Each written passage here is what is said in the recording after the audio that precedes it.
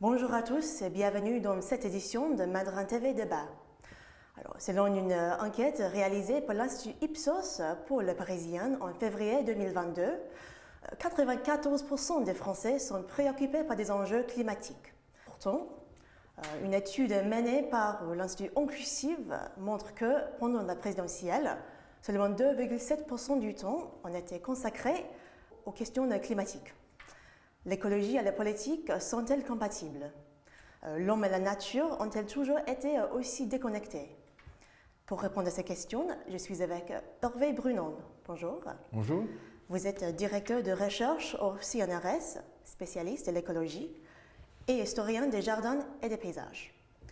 Juste avant sa réélection, Emmanuel Macron a promis qu'il nommerait, en cas de victoire, un Premier ministre responsable en particulier de la planification écologique. Que pensez-vous du programme écologique de Macron et, à votre avis, est-il suffisant pour répondre aux enjeux? Oui, c'est une position qui est intervenue un peu tard. En fait, après le premier tour, on peut se poser des questions sur la validité de cette ambition.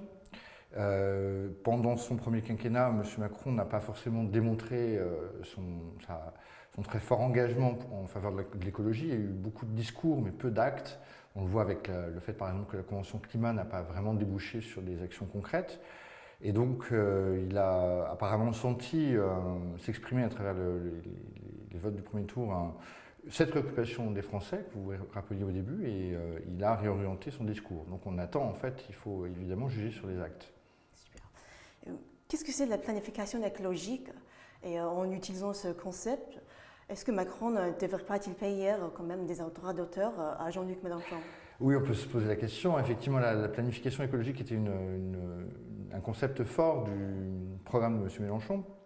C'est l'idée, en fait, que l'écologie ne doit pas arriver en dernier, comme une sorte de vernis, de greening, greenwashing, comme on le dit souvent, mais doit être au point de départ de la réflexion politique et des actions engagées par le pouvoir politique. Donc il faut inféoder toutes les actions quasiment politiques aux intérêts de l'écologie, au bien commun que représente le climat ou la biodiversité. Et c'est donc l'idée d'inverser la logique pour que ces impératifs écologiques soient au premier plan. L'écologie est-elle un sujet politique, selon vous, ou un sujet technique? L'écologie est à la fois un sujet technique et un sujet politique. C'est un sujet technique, c'est une science, la science des interactions entre les organismes vivants et leur milieu, mais c'est aussi un enjeu politique. Et depuis de très nombreuses années, il y a une grande tradition qui remonte au XIXe siècle. On pense à Thoreau, par exemple, le grand écrivain américain. Il y a une pensée écologique qui est éminemment politique, puisque l'écologie nous renvoie à cette maison commune dont parlait Jacques Chirac dans son fameux discours, à un bien commun qui est l'ensemble des ressources de la planète. Les actions militantes pour l'écologie prennent de plus en plus d'ampleur.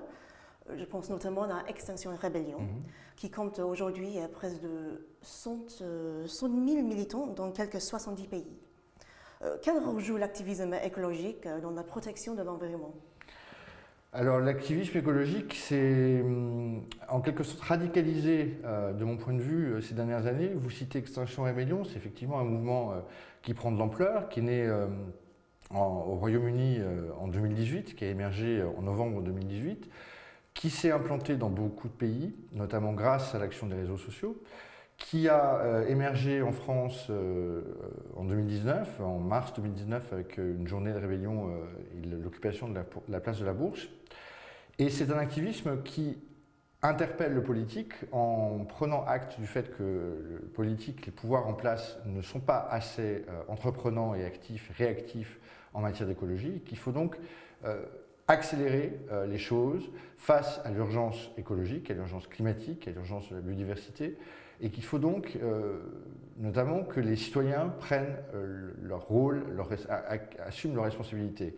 Et le mouvement Extinction Rebellion, comme d'autres, réclame la tenue d'assemblées citoyennes, donc une nouvelle forme de représentativité du pouvoir des citoyens dans les décisions politiques. Extinction Rebellion, ils se déclarent comme un groupe non violent, mais qui aussi vise à la désobéissance civile. Oui. Qu'est-ce que ça veut dire pour vous? Alors, c'est très important. Il y a effectivement l'idée de non-violence, qui se réfère notamment à Gandhi, mais aussi cette question de la désobéissance civile. Je citais Thoreau tout à l'heure, c'est l'écrivain qui a théorisé ce concept aux États-Unis au XIXe siècle. Et donc, c'est l'idée qu'il y a un seuil au-delà duquel, comme Antigone dans le mythe tragique, la loi de la cité est incompatible avec la loi morale, avec l'impératif catégorique, comme on pourrait dire d'après Kant. Il faut prendre le devant, franchir en quelque sorte le seuil de la loi pour que les enjeux moraux de l'écologie, en l'occurrence, soient pris en compte. En mars 2017, il y avait une rivière qui s'appelle Whanganui en Nouvelle-Zélande, qui a été le premier cours d'eau à recevoir officiellement le statut de personne morale. Donc, pour sauver l'environnement, pensez-vous qu'il faut accorder des droits juridiques à la nature? Je le pense effectivement, comme un certain nombre de théoriciens de ce qu'on appelle l'éthique environnementale. On dit toujours que la nature reprend ses droits. Mais c'est une expression un peu vide parce que la nature n'a pas de droit dans l'état actuel des choses. En revanche, l'éthique environnementale nous fait réfléchir sur le fait que la nature peut effectivement être sujet de droit. C'est une idée qui a notamment été défendue par Michel Serres dans son très beau livre Le contrat naturel, qui faisait écho au contrat social de Rousseau. Et il faut donc imaginer que la nature puisse bénéficier du statut de personne morale. Ce qui implique qu'elle soit notamment représentée. Ça, c'est une idée que défend notamment Bruno Latour, le grand philosophe et sociologue, d'un parlement des choses, de l'idée que les non-humains doivent accéder à la représentativité politique. Il faut donc repenser notre manière de penser les collectifs pour que les éléments de l'environnement soient pris en compte et aient ce statut de personnalité morale. Je pense que c'est effectivement une avancée qu'on observe dans un certain nombre de pays. On a également en Amérique latine, dans certains pays d'Amérique latine, l'émergence du concept de terre-mère, de la grande mère, la Pachamama, qui intervient dans le débat politique. Donc on a ces avancées au niveau international. Et évidemment, c'est très difficile pour nous, occidentaux, de considérer la nature comme ayant des droits, puisque l'Occident s'est construit, l'Occident moderne, à partir notamment de la révolution mécaniste du XVIIe siècle, puis aussi de la révolution industrielle du XIXe siècle, l'Occident s'est construit par rapport à la nature, pensé comme quelque chose d'extérieur. L'homme était extérieur. Et il faut aujourd'hui, à quoi nous invite justement la pensée écologique, repenser le rapport entre homme et nature comme un rapport d'appartenance. Nous faisons partie de la nature. Justement, est-ce qu'il y a des autres civilisations ou d'autres cultures qui ont un regard un peu plus proche avec la nature? Oui, c'est ce que nous apprennent les anthropologues, par exemple. Je pense au travail très beau de Philippe Descola sur les Achuars, sur cette population amérindienne, qui montre qu'il y a un tout autre rapport à l'environnement, il y a un rapport interpersonnel qui s'établit entre les humains et les non-humains, dans le cadre d'une autre manière de concevoir l'ontologie, en quelque sorte, les qualités des êtres, ce qu'il a appelé l'animisme et qu'il oppose au naturalisme de l'Occident. Donc il y a d'autres manières que cette position surplombante que l'Occident a mis en avant. On pense à la fameuse formule de Descartes, comme maître et possesseur de la nature. Il y a dans d'autres civilisations une autre manière de se rapporter à la nature. Et je pense évidemment à la Chine, qui est très importante, qui a eu une pensée de la nature très ancienne, notamment liée au taoïsme, qui a très tôt développé une culture du paysage, du shan shui, montagne et eau, donc à partir du 3e, 4e siècle de notre ère, c'est-à-dire plus d'un millénaire avant que le paysage n'émerge comme notion autonome en Europe au 15e, 16e siècle. Et en Chine, il y a une très forte sensibilité pour la nature.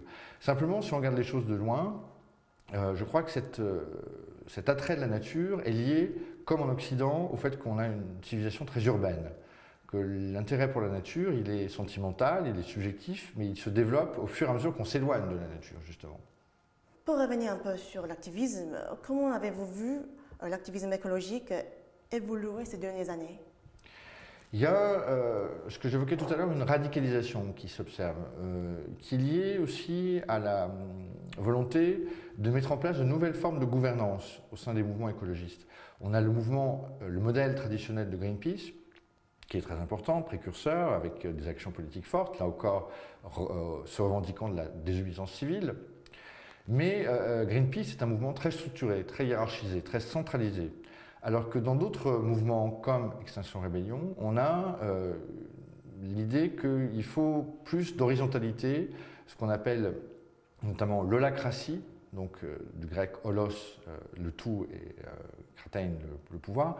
Donc l'idée qu'il faut des modes de décision démocratiques, horizontaux, pas fonctionner dans ce qu'on appelle en gouvernance le top-down, les décisions qui viennent d'en haut et qui irriguent la base, mais plutôt bottom-up. Donc l'idée qu'il faut une application directe de chacun à tous les niveaux. Pourquoi vous pensez que les politiciens ou la politique a du mal à réagir d'une manière efficace vis-à-vis ces urgences? La difficulté, c'est que tout ce qui touche au climat renvoie à une échelle de temps qui nous dépasse, qui est le long terme, qui est la dynamique très, très lente, mais très irrémédiable des forces climatiques. Et il y a une projection qu'il faut faire dans l'avenir, alors que le politique, aujourd'hui, dans nos démocraties, est gouverné par les impératifs du court terme.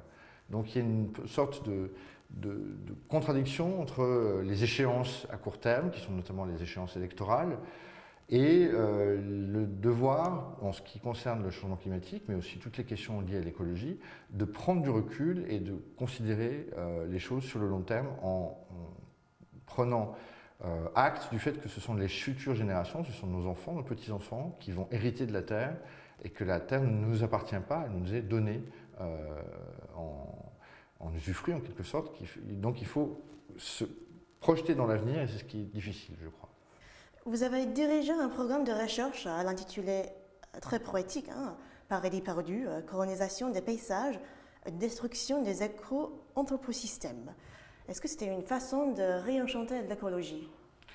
Effectivement, c'est un programme que j'ai dirigé avec Zahia Rahmani, ma collègue de l'Institut national d'histoire de l'art, qui a pris la forme notamment d'un séminaire à l'Institut national d'histoire de l'art qui s'est concentré sur cette idée de paradis perdu. C'est effectivement l'idée de réenchanter l'écologie avec notamment la conviction qu'il y a dans notre rapport à l'environnement quelque chose de l'ordre de l'intimité, de la subjectivité la plus forte. Et en même temps, ce programme était relativement pessimiste puisqu'on parlait de colonisation des paysages et de destruction de ces paysages, de ces éco-anthroposystèmes, ce qui était une manière de mettre l'accent sur les interactions entre société et environnement. Et le fait, porter l'attention sur le fait que la colonisation, c'est la plupart du temps accompagné d'une destruction des modes de vie traditionnels et d'une exploitation intensive sur le modèle de la plantation qui a bouleversé les écosystèmes. Certains penseurs ont proposé le fait que par rapport à ce qu'on appelle aujourd'hui l'anthroposystème, l'anthropocène, donc cette nouvelle ère géologique qui est marquée par la surexploitation de la nature et par la présence humaine, y compris dans les strates géologiques, on pouvait parler de plantationnocène, l'anthropocène étant considéré comme... Il y a un grand débat chez les spécialistes pour savoir quand commence l'anthropocène. Au départ, quand ça a été proposé par Paul Crutzen en 2000, par un géochimiste, il proposait la date de 1784, le brevet de l'invention de la machine à vapeur. Aujourd'hui, on pense que c'est plus tôt, et certains penseurs pensent que c'est lié au début de l'ère moderne, avec le début de la colonisation et ce modèle de la plantation, de l'exploitation intensive de l'environnement, mais aussi de l'homme, par l'homme évidemment, avec le phénomène de l'esclavagisme. D'accord. Alors, dernière question, vous êtes intéressé par la biologie. Ne pensez-vous pas que la perte de la biodiversité animale et végétale est un flot aussi terrifiant que le réchauffement climatique? Oui, vous avez raison de le souligner. ce qu'on appelle l'érosion de la biodiversité ou même la 6e extinction de masse. Il y a eu plusieurs extinctions de masse, plusieurs grands moments où les espèces ont disparu. La dernière en date étant celle qui a vu la fin des dinosaures, il y a quand même 60 millions d'années. Donc on a une érosion de masse, une extinction de masse qui est extrêmement préoccupante.